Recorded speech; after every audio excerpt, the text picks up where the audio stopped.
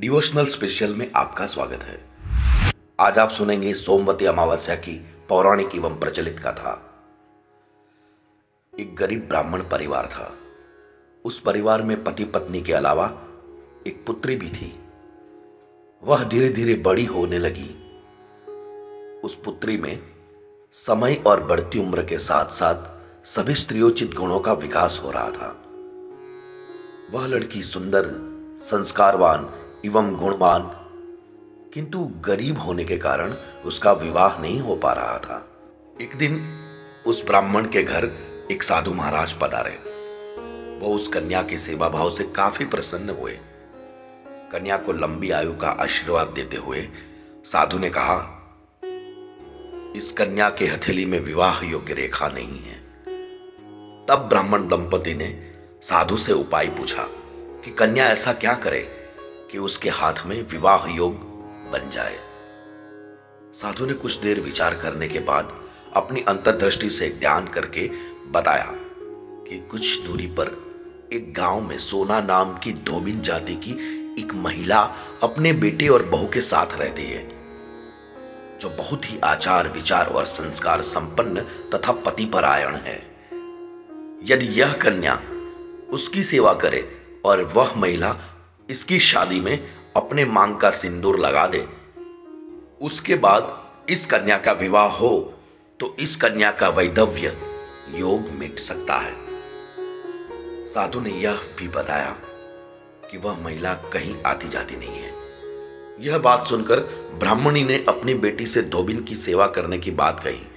अगले दिन कन्या प्रातःकाल ही उठकर सोना धोबिन के घर जाकर साफ सफाई और अन्य सारे काम करके अपने घर वापस आ जाती। एक दिन सोना धोबिन अपनी बहू से पूछती है कि तुम तो सुबह ही उठकर सारे काम कर लेती हो और पता भी नहीं चलता। बहू ने कहा, माँ जी, मैंने तो सोचा कि आप ही सुबह उठकर सारे काम खुद ही खत्म कर लेती है। मैं तो देर से उठती हूं। इस पर दोनों सास बहू निगरानी करने लगी कि कौन है जो सुबह ही घर का सारा काम करके चला जाता है।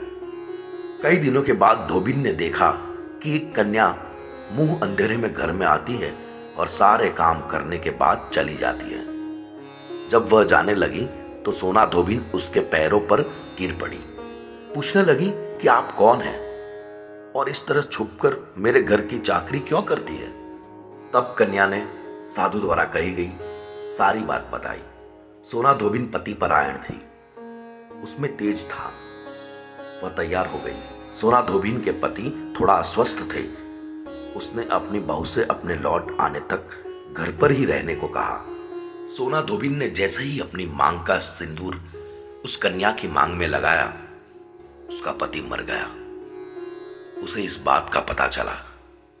वह घर से निराजल ही चली थी, यह सोचकर कि रास्ते में कहीं पीपल का पेड़ मिलेगा तो उसे भंवरी देकर और उसकी परिक्रमा करके ही जल ग्रहण करेगी।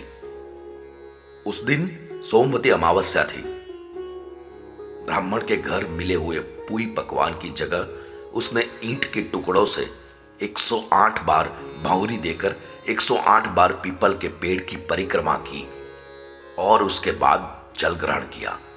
ऐसा करते ही उसके पति के मुर्दा शरीर में वापिस जान आ गई। धोबिन का पति वापिस जीवित हो उठा। इसलिए सोमवती अमावस्या के दिन से शुरू करके जो व्यक्ति हर अमावस्या के दिन भंवरी देता है, उसके सुख और सौभाग्य में वृद्धि होती है। पीपल के पेड़ में सभी देवों का वास होता है।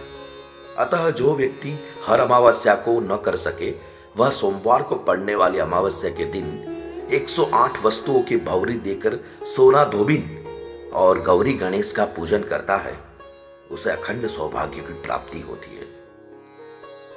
ऐसी प्रचलित परंपरा है कि पहली सोमवती अमावस्या के दिन धान, पान, हल्दी, सिंदूर और सुपारी की भंवरी दी जाती है। उसके बाद की सोमवती अमावस्या को अपने सामर्थ्य के हिसाब से फल, मिठाई, सुहाग सामग्री, खाने की सामग्री इत्यादि की भंवरी दी जाती है और फिर भंवरी पर चढ़ाया गया सामान किसी सुपात्र ब्राह्मण, ननन या भांजे को दिया जा सकता है। यह थी सोमवती अमावस्या की प्रचलित एवं पौराणिक कथा। सुनने के लिए आपका बहुत बहुत धन्यवाद। चैनल को सब्सक्राइब करें और बेल आइकॉन को प्रेस करना ना भूलें।